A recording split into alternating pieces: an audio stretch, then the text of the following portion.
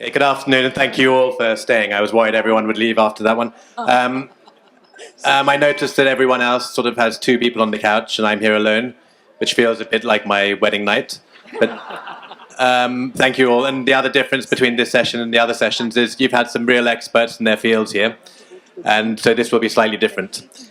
I'm a brief introduction above what was said there is that both my parents were actually born in India. My father was Tibetan and my mother was English. Her father worked in India at the time. So we've had this close connection. Our family has a hotel in Darjeeling.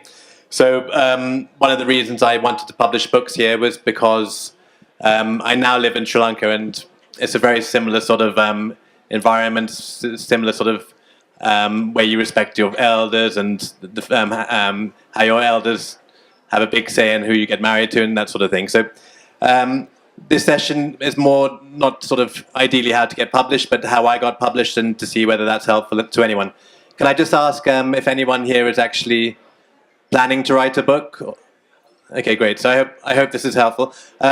When I've done lit fests or book clubs before, people have often come up to me and sat down with very good ideas for books, but often they say, "But the problem is I can't sit down and write it."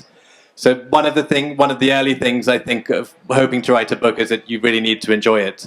For me, I write a lot of rubbish, but I really enjoy it. So I can sit down and I can write 10,000 words of rubbish, think it's brilliant, and then the next morning think it's rubbish, but at least it's come out because I've enjoyed it. So I think that's the first start.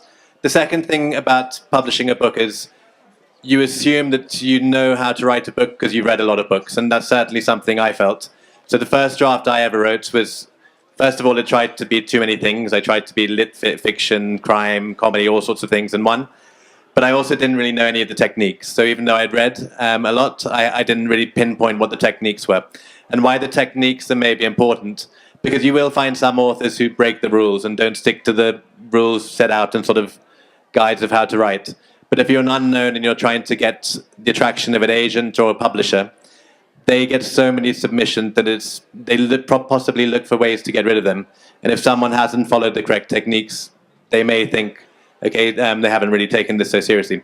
So one of the first things I did was I read after my first draft of a book, which still lives with me, and I used that as my sort of education in writing because I got feedback on it, I edited it, I went through it, and ultimately I've actually stolen characters for the books I actually did publish. And I think that's the greatest thing about writing is whatever you write, even if you bin it or you keep it on your computer, it's never wasted because every word you write, however bad or however good, makes you a better writer going forward. And for me, I was a great sports fan when I was young, and I was hoped to play cricket internationally. I wasn't nearly good enough. I hoped to play football internationally. I wasn't nearly good enough. I hoped to swim internationally, but wasn't good enough. And you get to an age where you can keep dreaming. I was 25 and thought that something will happen. But, I'm 43 now. I think the ship has sailed. But with writing, I assume I'm just going to get better and better until the stage when I get senile. But I think that each book I would hope, that's the only compliment I would hope for, is that each book is better as I go along. So what I did with those books, and this is where it's a bit problematic. It's the first port of call is I went to things called literary consultancies, and the thing with them is you have to spend money on them. A lot of other people I know who write show their friends, get feedback from other authors, but I'm too self-conscious of that because I didn't want people I know to tell me that it's terrible. I prefer people I didn't know to tell me it's terrible. And people who I'd paid to tell me it was terrible. So I Googled a couple of places in England to start with, the literary consultancy places called Cornerstones, and you pay for feedback. So you will send them your manuscript. They will then take 4 weeks or whatever, and they'll send you back a sort of 10-page report. And I found that richly rewarding because it pinpoints areas where you had no idea you were going wrong, but you were. And they're very positive, and they don't insult you or anything. It's just saying, look, you obviously got something there, but you need to focus on little things like I didn't know this when writing, but if you're in writing a chapter, that ultimately, even though if you're talking in the third person, you should ideally be in just one person's head throughout that chapter, so you don't sort of go back and forth with the points of views. Things like that. Other things like show, don't tell, which people are very big on. a very bad example would be, instead of saying John was angry, you would say John clenched his jaws and banged the table or something, because it's showing it with action. I work in a school now and I do university applications, and it's the same policy. If they apply to Harvard and they say I'm very passionate about my subject, they will get rejected. But they need to show through their actions or what they've done that they are very passionate about that subject. Other little things were just like the techniques about dialogue, attributions, these sort of things, and very simple things on use of adjectives. And ideally you should be saying things like he said or he asked rather than he exclaimed. There's little things like that, which again people break, but they're rules which people set out. So there's a lot of books about things like this. There's which I literally just Googled and picked up. So I sent this off, and it came. I did this about 3 times because I felt the money spent was like, I'd studied economics at university. I worked in the City of London, and those weren't things I ever really wanted to do. But back in my day, you didn't really get a choice to sort of pick a university course in a field you would like more. So I just felt economics was viable. So what happened, I was working in a company in London, and the work was quite easy, and I didn't want to tell them that the work was easy and I was finishing at 2 o'clock. So I'd just pretend I'd write a book, and they would think, my God, that guy works hard. Then he's printing out lots of things. And so that was my first start. And from that, I sent it off and got this feedback. And the other thing is, if you're writing a book, I remember before I wrote that I was dreading editing. I wanted to just write something and hope that that would be the final version, and it would be great. But looking back on it now, I absolutely love editing, because you've got something down and you can just fix different areas as you go along, and you can get feedback on those areas. And you find if you correct one area, it can lead on to improvements elsewhere as well. So once I'd done that, I realized that book that I'd started wasn't going to work. And this is what I would urge anyone trying to write. I know you would hope that the first book is the one, but I mean, I'm not a great author, but all the great authors have very often written other books before they've been published or made a great name for themselves, because it is an education. So I scrapped that, but I was never going to chuck it away. And I decided to then write a more simple story which could resonate with people in South Asia, which was quite simply, I started this book, The Amazing Racist, with a scene of a daughter bringing home an English boyfriend to say that she wanted to marry him, to the father, who was strictly anti-English, and that was just where I started. And this is how I write. With one idea, I'll go on from there and see where it takes me. And it took me in a very different direction. So the next stage from there is, this is all stuff I Googled, but I Googled agents, and there's books where you can find how to pick an agent. Very often they say you look at a book which you may think might be similar to yours, and you check the acknowledgements, and you see who the agent or the publisher is representing it, and you write to them. So India is slightly different, because you can approach publishers directly, but in England it's pretty much you have to go through an agent. And people are still a bit wary of agents, because they think, okay, they take 15% of your income, but very honestly, they put up what you're going to get anyway, and they get you various offers. But the biggest difference that I know is that if you write directly to a publisher, it may sit on their slush pile for 6 months, 8 months, but if you go through an agent pushing for it, you can get an answer back pretty quickly. But what I did was that I Googled, and I found an agent called Kanishka Gupta, who actually had a consultancy under him as well called Writer's Side. So I didn't have the guts to pitch this book. So instead of that, I said, look, I've got a book. Can I have some feedback on it? And I actually paid for that, which was a slight problem, because technically he then wouldn't represent me. But I said, no, that's fine. We can go ahead along those lines. So the good news with that was, not only could you possibly get feedback, but the person reading it was sent to an editor called Nalini Sarkar, who used to work for HarperCollins. Not only did she come back with feedback, but also you can dream. And I had that dream that maybe she'll say, this is worth publishing. And that's exactly what happened. So she said, okay, there's a lot of work that needs to be done, but it's very clear in my head how we can do this. And that was incredibly rewarding, because it's very hard to see that yourself if you read back to find where to expand. So she would, for example, say, this character has not been developed. That character needs to be developed more, otherwise it's unconvincing. This part has been rushed. That part needs to be slowed down. This part needs to be speeded up, things like that. And it made it a much more streamlined process. And because of that, I was that stage only took about 3 weeks because she was so clear cut on what was needed to be done. Then Kanishka, my agent, sent it out to various publishers. Sorry, I jumped slightly here. There's another thing you can do, which I did, which was go online to one of these writers' communities. So one I went on was called You Write On. And on that, you post 5,000 words of your novel or short story, and you will get feedback from other writers. And you have to review them, which is a very good process because it's seeing other people's mistakes really helps you write as well. And they give you feedback, and you have to get 8 reviews. And by the end of the month, if you're in the top 8, you get reviewed by a publisher. Sorry, in the top 5. So luckily, I got that. And again, that was a nice education to then get feedback from a publisher and asking me if I made all these changes to possibly send it in. So these are the various avenues. And the other good thing about something like You Write On is it prepares you for feedback, because you forget that once you get a book out there, you're going to start getting reviews and you're going to start getting opinions. So in Sri Lanka, some people are very blunt. So you can get people saying, really enjoyed it, or you can get someone else saying, bit rubbish, no? So you just have to deal with that. And by going on this writing community, you have that also. And it's actually slightly competitive. But you also make good contacts where people are very helpful, and I still will send some stuff to people I met on those forums. So going back to what happened with Kanishka, so Kanishka then sent it out to various agents within India and a few internationally who I got close with one, but ultimately they said it was more suited to this part of the world.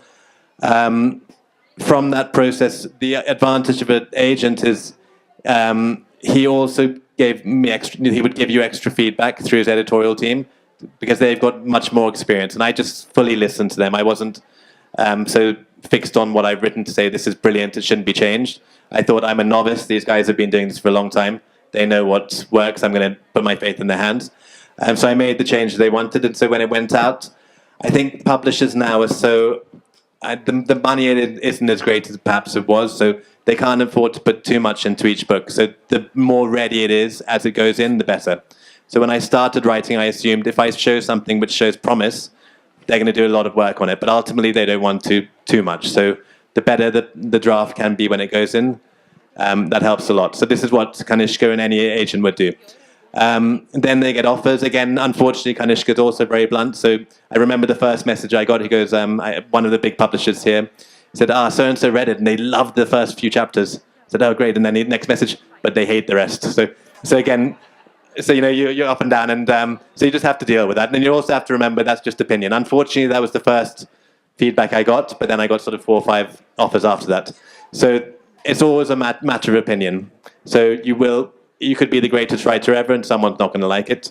So you just have to persevere, really. And then ultimately what I do is I try to write what I would like to read. There's some things I would like to read which I haven't got the ability to write, but I feel that by being true to yourself, at least whether people like it or not just kind of depends on whether they have shared interest with you or not. From that stage, so the publisher then gives you, when they say a 2-book deal, it isn't really at my level. I mean, the bigger authors would have. So it's normally a 1-book deal, plus the second book is they get the first right to refusal. So they can look at it and say whether they want it, and you can still get offers from other people. So with my second book, which, following on from the last session, is actually about a cricketer. So it's about a former child soldier who's just brilliant at cricket and gets a scholarship to an elite school in Colombo. And through the book, you wonder whether he's there for the right reasons or there's an underlying plot. Again, so what Kanishka said, and this was his advice, if you get a book off, that even if you finished one, it's not bad to start another. So I actually had a draft of this I'd written earlier, and so I went back to that, so that it's always terrifying being a one-hit wonder. And when I say one hit, I'm not saying my books were hits, but that you only have... I don't know if any of you have read Chinaman by Shehan Karunatilka, which did fantastically well, and he's a good friend of mine, but that was in 2007. And because it did so well, he's struggling to sort of write his next one because he wants to live up to that thing. So luckily I started much lower, and so the expectations weren't so high, and it was easy to get one out. The same process happened, and with each publisher, I went with 2 different publishers with the first 2, and you're learning from each of them, and it's fantastic. It's a fantastic experience. Now the third book, so I'm jumping the gun a bit here, but the third book is then short stories, and why I want to tell you about this is because a couple of the stories in here I started as novels, and I just found that I got to the point where I said as much about the characters I wanted to, so I didn't just want to fill out a book and potentially bore people just for the sake of getting a word count. So I put them together and found that there were links between the 2, and then I managed to write other stories which linked in. And this is going back again to my first ever book I wrote. I also took a couple of stories from there and put them together.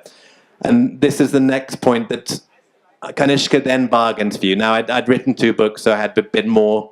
And I felt, I don't know how ever good the book is, but I felt I got as much as I could out of it. And that's important. I mean, I know, again, a lot of writers who come and see me in Colombo and ask for advice when they haven't been published yet. So dead set in their story, and then they're not willing to change it, which is good in some ways if you're really sure about your story. But I just felt I'd wanted the extra effort. I wanted people's feedback, and I wanted to put that in there. And however much work it took, it didn't matter because, again, I enjoyed it. When I talk about the money from books, I just best warn you. I mean, here's a list of things I brought with the money I've made from books. A watch. That's it. Okay, so there isn't a great deal of money at my level. Okay, there's some authors here who probably make a lot of money, but it's not something which bothers me at this stage. I mean, obviously, it would be fantastic to make more money, but for me, it's a great enjoyment, and I'm pretty sure all of you put your hands up. It's because you really, really like writing. And if any of you are thinking, I want to write because it's a way to get rich, then there's much easier ways to get rich. But writing can take a long time. But of course, you can hit gold, and there's no harm in dreaming. You know, I check Amazon occasionally thinking, let's see the ranking. It'll be about 5, and it's like 5,000 or 10,000. That's the best ranking, actually. The aspect of that is just to persevere. And then we're getting on to the next stage, which is mentioned in the title, is marketing. And this is, again, something I just never considered. The difficulty for me about marketing is, if you go on Facebook and you see your friends who say, look, here's a picture of me in business class, here's a picture of my steak, here's a picture of my new watch, you get quite annoyed with them, right? So I'm every day saying, here's my new book, because it's just something I have to do. So I haven't checked my Facebook account recently, but it's probably dropped a lot. But it's just something you have to do. And it's actually extremely time consuming. And one of the reasons I actually like writing is because this is actually the first time I've ever been away from my children. And writing is something I can do when my children are around, when they go to sleep. Whereas all the other things, going out and in TV and tutor, whatever, it drags you away from home. And it's something not expected, but it's just something you have to do. Okay, let's see. I think there's only a few minutes left, so I might see if anyone wants to ask questions. If not, I can speak more. I don't know if we need a microphone. Do you need? Thanks.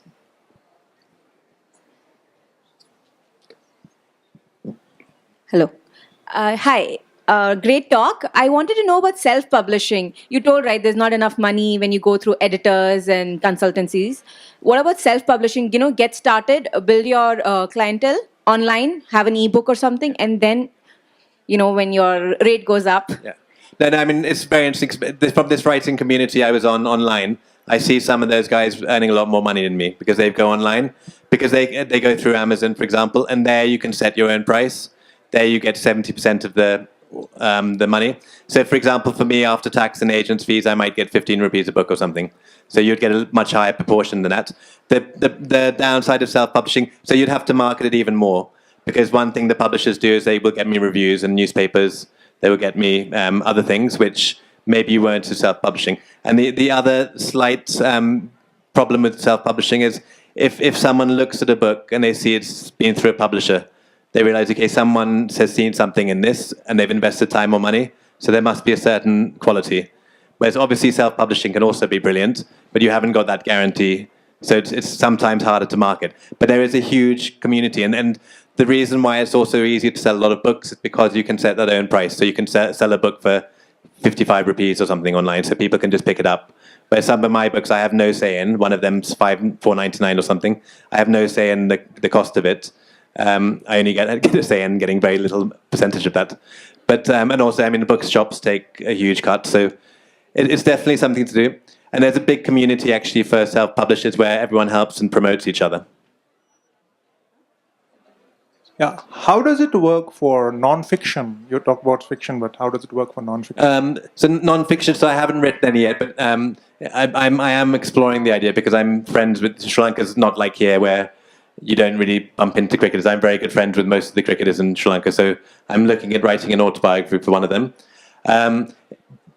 Because if it's something like a cricketer, it wouldn't be a hard sale because you say, I've got him on board. But if you're writing a topic which is not maybe involved with, say, a Mahela Joyawarden or something, you have to, normally I think the process is that you have to send in maybe one sample chapter. And the big difference actually is, I didn't mention this earlier, if you write fiction, you're expected to have finished the book. Even though you send 15,000 words or whatever, they'd expect it if they ask you tomorrow, you can send it in. With non-fiction, you don't have to. You can say, here's one chapter to show you my writing, here are my credentials and why I think I can write this. Can you give me an offer on this? And then sometimes that advance can help you do your research and survive. And I think here in India, I think non-fiction makes more money. So you're on the right path. So there's, if someone has a microphone, please. I just wanted to ask, if I write from my childhood, but I don't know if I'm a writer or not, what exactly says there is a writer in you? Because everybody writes. Yeah, that's a very good question. I mean, because for example, I would never know that I would be published. For me, the good thing is, and I'm sure this is the same for you, I just enjoyed it. So I didn't find it was to me, it was like a hobby. And it goes on to another point is why I quite like keeping a day job, even if I made enough from this, so that it always remains a whole hobby rather than a job. So you can keep that enjoyment. I think if you find that you really enjoy it, and for me, I was getting feedback. I write articles. Even when I was at school, it was so long ago we didn't have email, so I used to photocopy letters and send them to my friends from Sri Lanka back to England with jokes and whatever, and I'd get good feedback, and that's just encouraging. So if you get that sort of feedback... I do get those feedbacks, but I feel just because they're my friends, they say it's good. That's true, but just find some friends who don't like you as much, and then you can... no, I'm joking, but that's true. I mean, that's why these online communities are quite a good thing. Because they have no, some of them, they may say, they'll try and be nice, but they'll be honest because there's no purpose of them not being honest. From 1 year I'm doing it, but still I'm not sure if I'm a writer deep down. So how old are you, if you don't mind me asking? 23. So you've still got, at 23 I would have had no idea. So you'd have time. So what I would say is just always keep writing. And when you ever get to that stage where you think you can sit down and finish out a book, I would definitely just give it a go because it's very rewarding. I mean, if you want to ask me more about it afterwards, I'll be around. Yeah, sure. Thanks. Thank you. No problem.